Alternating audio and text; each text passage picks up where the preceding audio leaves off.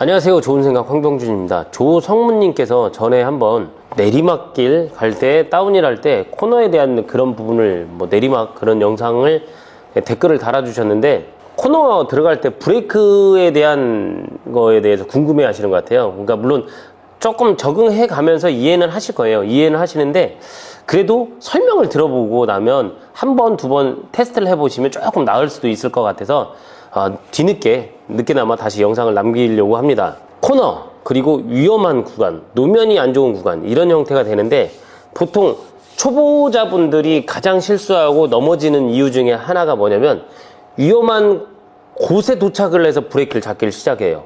코너에 진입하고 코너를 돌고 있는데 브레이크를 잡기 시작해요. 한마디로 브레이크 잡는 타이밍이 있는데, 돌발 상황을 보고 첫 번째 사이클의 경우입니다. MTB의 경우는 달라요. 왜냐면 보는 즉시 동작을 해야 되기 때문에 사이클 같은 경우는 여유가 있습니다. 그래서 돌발이나 코너, 위험 상황이 생겼다라고 보여질 때, 급작하게 돌발 생겼을 때 말고, 생겼을 때 첫 번째가 뭐냐면 인지를 해야 됩니다. 머릿속에 인지를 하고 상황을 보고 판단을 해야 돼요. 그 다음에 판단을 해야 되는데, 브레이크를 내가 잡아야 될지 말아야 될지 이런 판단을 하시는 게 좋습니다.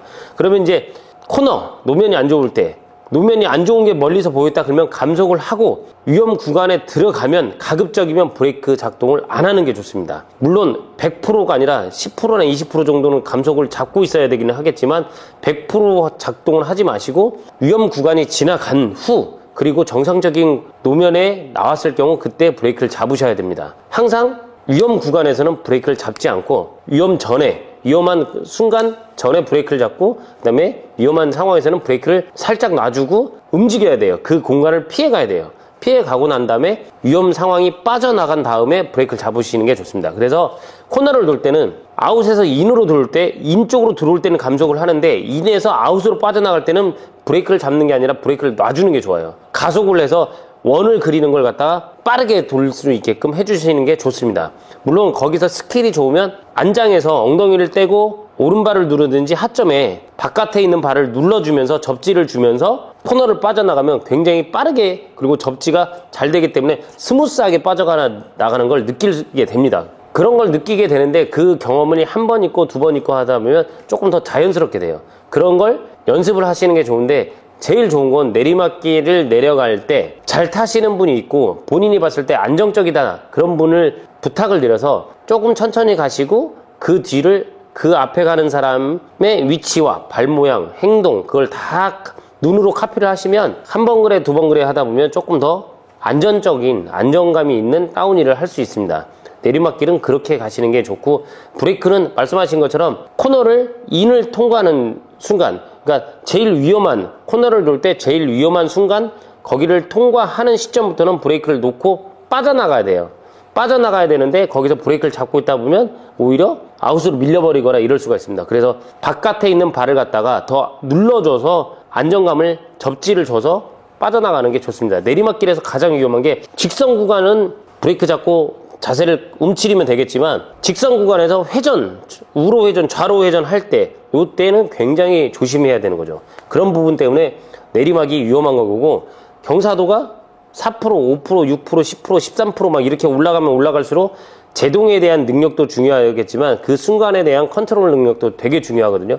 그런 건 연습을 통해서 자꾸 숙지를 하는 게 좋고, 그마저 배우려고 생각하신다면 배울 수 있다라고 생각을 하고, 배우지 않으려고 하고 브레이크만 잡는다라고 하면 절대 늘진 않습니다. 항상 그분은 계속 위험한 상황에 빠지게 돼요. 그래서 가급적이면 내리막길 갈 때 배우려고 하시고, 안정적으로 가기 위해서는 내가 브레이크 작동부터, 그 다음에 내가 서 있어야 될 위치, 이런 거에 대해서 명확하게 빨리빨리 습득하시는 게 더욱더 즐거운 자전거 생활이 될 거라고 생각합니다. 조성무님께서 말씀하신 질문의 내용이나 얘기했던 거하고 제가 말씀드렸던 게 조금 상이할 수도 있지만, 어느 정도는 도움이 되길 바라면서 오늘도 떠들어 봤습니다. 평지, 제가 교육을 할 때, 제가 아주 잘 타서 교육을 하는 건 아니지만, 교육을 할 때 첫 번째가 페달링을 교육하고, 그 다음에 밖에 나가서 평지를 교육하고, 어필은 교육하지 않습니다. 어필은 본인 욕심대로 올라가는 거고, 맨 마지막 과정이 내리막길입니다.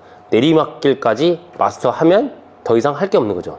본인이 알아서 즐기면 됩니다. 내리막길의 맨 마지막에 있는 이유는 페달링도 안정적으로 되고 팩라이딩도 되고 평지에서 달리는 라이딩이 어느 정도 되면서 컨트롤 능력이 되면 맨 마지막에는 종합예술인 내리막을 배우셔야 됩니다.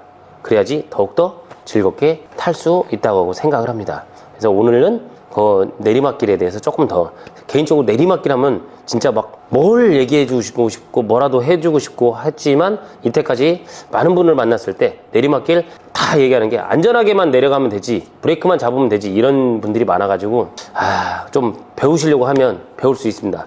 배우셔야 되고 더욱더 안전하게 타려면 꼭 배우셔야 됩니다. 그게 내리막길입니다. 내리막길 브레이크 요거에 대해서 조금 더 얘기 드려봤고요. 이상 좋은 생각 홍병준이었습니다. 안전하게 타십시오. 안전하게 즐겨야지 더욱더 재미있는 자전거 생활 아니겠습니까? 감사합니다.